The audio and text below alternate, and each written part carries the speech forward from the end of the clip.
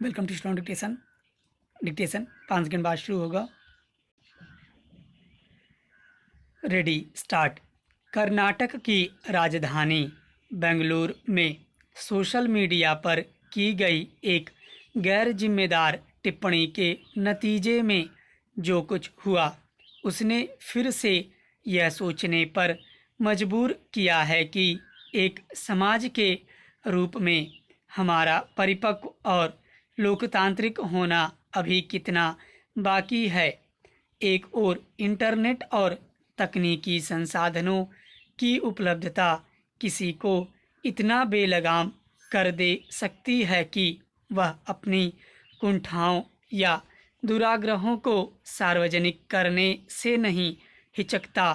दूसरी ओर आभासी माध्यम पर कोई बेमानी टिप्पणी कर देता है और उसके बाद लोग उसे अपने अस्तित्व पर ही हमला मानकर प्रतिक्रिया में सब कुछ नष्ट कर देने पर उतारू हो जाते हैं।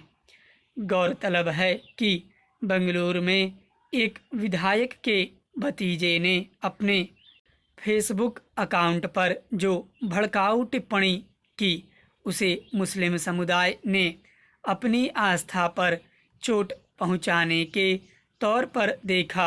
इसकी प्रतिक्रिया में विधायक के घर पर हमला किया गया, तोड़फोड़ और आगजनी की गई और हिंसा का दायरा फैल गया। इसके बाद हुई पुलिस कार्रवाई में 3 लोग मारे गए, कई हताहत हुए और करीब 5 दर्जन पुलिसकर्मी भी घायल हुए।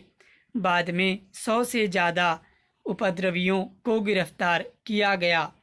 जाहिर है यह समूचा मामला एक लापरवाह और गैर जिम्मेदार टिप्पणी करने और उसके बाद उसी स्तर की प्रतिक्रिया में हिंसा पर उतरकर समाधान मांगने का है।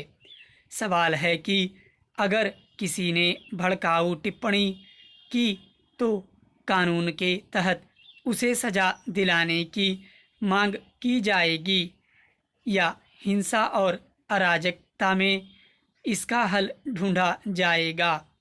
हिंसा करने वालों ने आखिर क्यों खुद को एक कानूनी और लोकतांत्रिक व्यवस्था से ऊपर मान लिया? इस घटना में हिंसा की प्रकृति को देखते हुए इसके सुनियोजित होने की आशंका जताई जा रही है।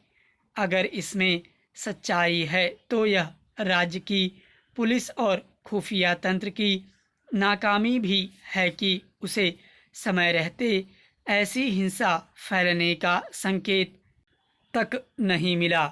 आरोप ये भी सामने आए हैं कि पुलिस ने आरोपी को गिरफ्तार करने में देरी की और इस वजह से हिंसा भड़काने वालों को इसका दायरा फैलाने का मौका मिल गया। ऐसे दौर में जब कोई मामूली मामला भी सांप्रदायिक और हिंसक रुख अख्तियार कर ले सकता है, पुलिस को क्या अतिरिक्त सावधानी बरतने की ज़रूरत नहीं थी?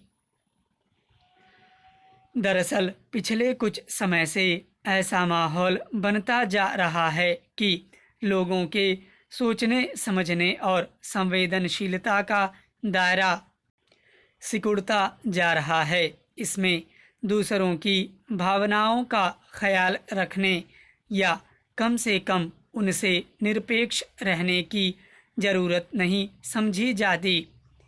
मान लिया जाता है कि जिन्हें हम अपने से अलग मानते हैं उन्हें अपनी किसी हरकत से भड़काकर या उनके खिलाफ हिंसा करके ही खुद को संतुष्ट कर सकते हैं। आखिर सोशल मीडिया पर कुछ भी भड़काऊ या फिर बेलगाम होकर लिख देने के पीछे कौन सी मानसिकता काम करती है? हैरानी की बात यह भी है कि उकसावे में आकर हिंसा करने वाले इतना भी समझने की कोशिश नहीं करते कि ऐसी टिप्पणियां उनकी भावनाओं को जानबूझकर भड़काने और उन्हें पहले हिंसा में शामिल होने फिर कानून के कटघरे में खड़ा करने की कोशिश भी हो सकती है। बेंगलुरु में जो हुआ वह निश्चित रूप से बेहद अफसोसनाक है और दोषियों को सख्त सज़ा दिलाई जानी चाहिए। लेकिन इस सब के बीच यह भी ध्यान रखने की ज़रूरत है कि हिंसा और आगजनी के बीच मुसलमानों का ही एक समूह एक मंदिर के चारों ओर सुरक्षा की दीवार की तरह खड़ा हो गया ताकि हमलावर उसे नुकसान न पहुंचा सकें। एक बेहतर कल की उम्मीद इसी सद्भाव से निकलेगी।